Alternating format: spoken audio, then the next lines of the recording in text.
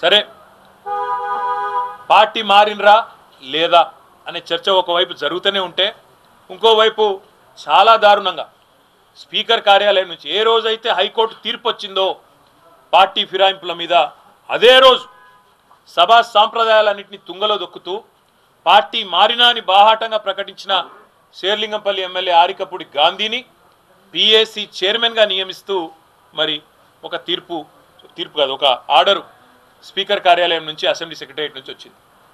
దాని తర్వాత సహజంగానే హైకోర్టును బేఖాతరు చేస్తూ సుప్రీంకోర్టు తీర్పును బేఖాతరు చేస్తూ రాజ్యాంగ విలువలకు అసెంబ్లీ సాంప్రదాయాలకు పార్లమెంటరీ పద్ధతులకు అన్నిటికీ తిలోదకాలిస్తూ ఇదేం పద్ధతి, అసలు ఆయన ఏ పార్టీలో ఉన్నాడు అని మా వాళ్ళు అడిగినారు.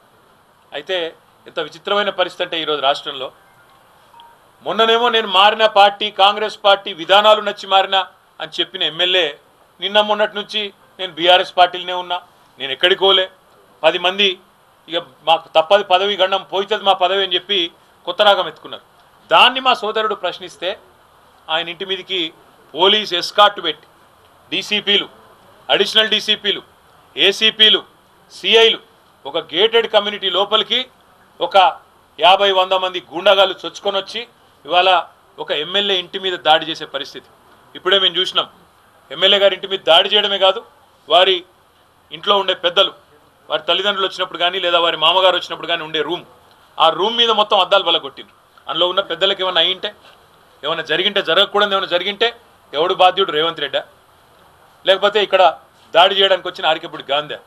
ఈ రకమైన గూండాగిరి, ఈ రకమైన దౌర్భాగ్యం హైదరాబాద్లో 10 ఏళ్లలో ఎన్నడూ లేదు.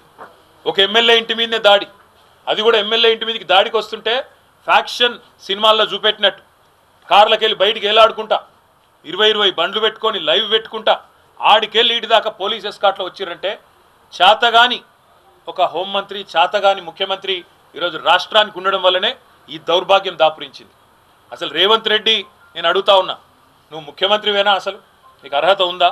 ఇవాళ హైదరాబాద్లో నడి వీధిలో ఈ రకమైన గూండాగిరి చేస్తే రేపు జరగకూడదు ఏమైనా జరిగితే ఎవడు బాధ్యుడు? నువ్వా, నీ ప్రభుత్వమా, నీ డీజీపా, ఎవరు తీసుకుంటారని నేను అడుగుతా ఉన్నా. ఇంత దుర్మార్గమా?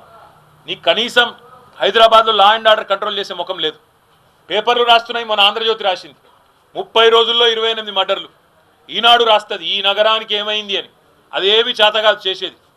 హోంమంత్రి ఉన్నాడో లేడో ఎవరికి తెలియదు, ముఖ్యమంత్రి ఎక్కడున్నాడో ఎవరికి తెలియదు.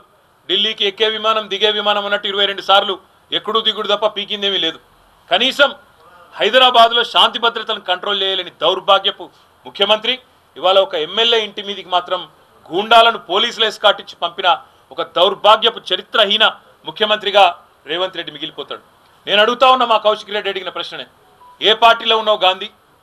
అసలు మీ 10 మంది ఎమ్మెల్యేలు ఎవడైతే పార్టీ మారినరో, ఎవరి ఇంటింటికైతే పోయి ముఖ్యమంత్రి అనేటోడు కండువా కప్పిండో, ఫస్ట్ మీరు ఏ పార్టీలో ఉన్నారో చెప్పండి. మీకు ఇప్పటికే స్పీకర్ దగ్గర పిటిషన్లు ఉన్నాయి 10. స్పీకర్ గారు కూడా తేల్చాలా.